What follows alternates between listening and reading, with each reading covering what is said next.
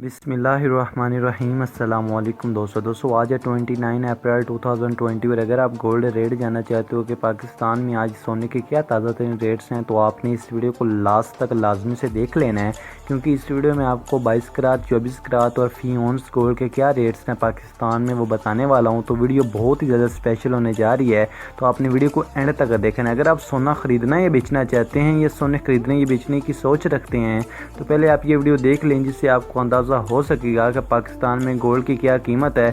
उसी लिहाज से जब आप गोल्ड को बाय या सेल करोगे तो आप काफ़ी ज़्यादा पैसों की बचत भी कर सकोगे।